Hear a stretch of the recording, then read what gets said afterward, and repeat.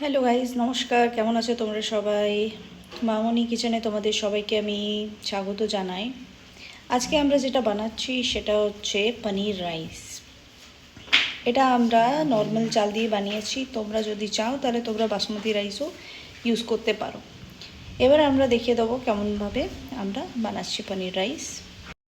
আমরা প্রথমেই কড়াইয়ে একটু তেল দিয়ে দিলাম। আমরা সাদা তেল ইউজ করেছি এটার জন্য। আর তার মধ্যে কিছু গোটা জিরে দিয়ে দিয়েছি।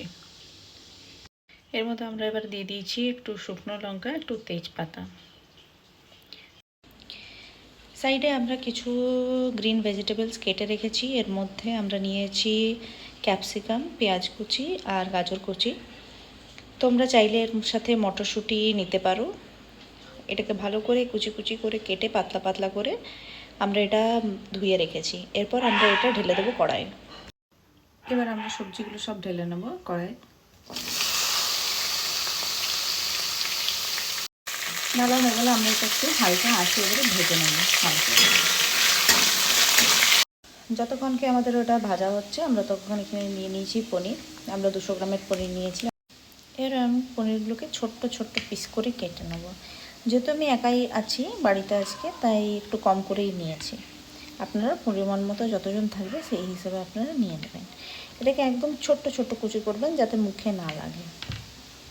আমাদের পনিরগুলো ছোট ছোট পিস করে কাটা হয়ে গেছে। এবার আমরা এটাকে হালকা করে শ্যালো ফ্রাই করে নেব কম তেলে।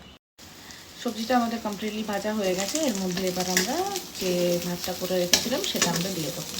আমরা নর্মাল চালই ইউজ করেছি, তোমরা চাইলে বাসমতি রাইস ইউজ করতে পারো, বরং আরও ভালো হবে।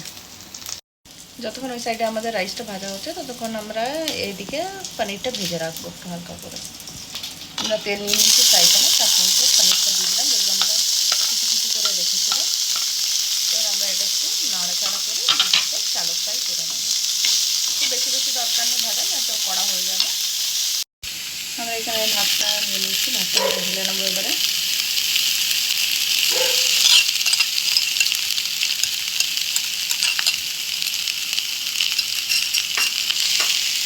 দিয়ে হাতটা নাড়াচাড়া করে নেবো। এখন আমরা কোনো মশলা দেবো না, আমরা হালকা শুকনো এটা ভালো করে ফ্রাই করে নেবো যাতে ভাত। এর মধ্যে এবার আমরা দিয়ে দেবো একটু নুন স্বাদ মতো, একটু হলুদ দিয়ে দিলাম, হালকা একটু জিরে গুঁড়ো, একটু হালকা মিট মশলা দিয়ে দিলাম, আর ভালো গন্ধের জন্য একটু হালকা শাহি গরম মশলা। এরপর আমরা একটু বাদাম ভেজে নেব। এবার যে বাদামগুলো ভাজলাম সেটা আমরা দিয়ে দেবো এর মধ্যে। আর যে পনিরটাও আমরা হালকা ফ্রাই করে রেখেছিলাম সেটাও আমরা এর মধ্যে দিয়ে দেবো। দিয়ে হালকা একটু নেড়ে নেবো, সবগুলোকে ভালো করে মিক্স করে নেব।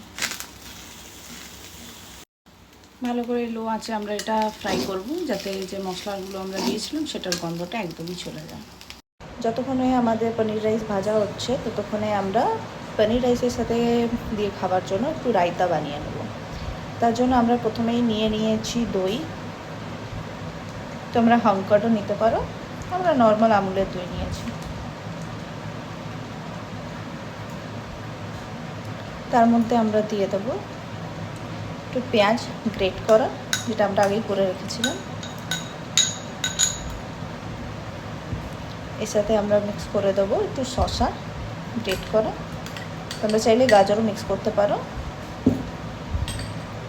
এর মধ্যে আমরা এবারে একটু দিয়ে দেবো নুন,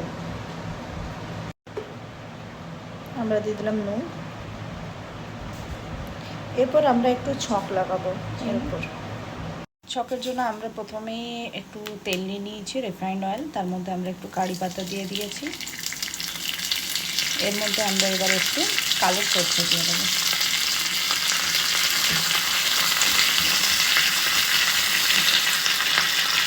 এর মধ্যে একটু শুকনো লঙ্কা দিয়ে দিলাম, হালকা একটু নেড়ে নিলে হালকা ভাজা ভাজা হয়ে গেলে এদিকে আমাদের পনির রাইস একদম রেডি।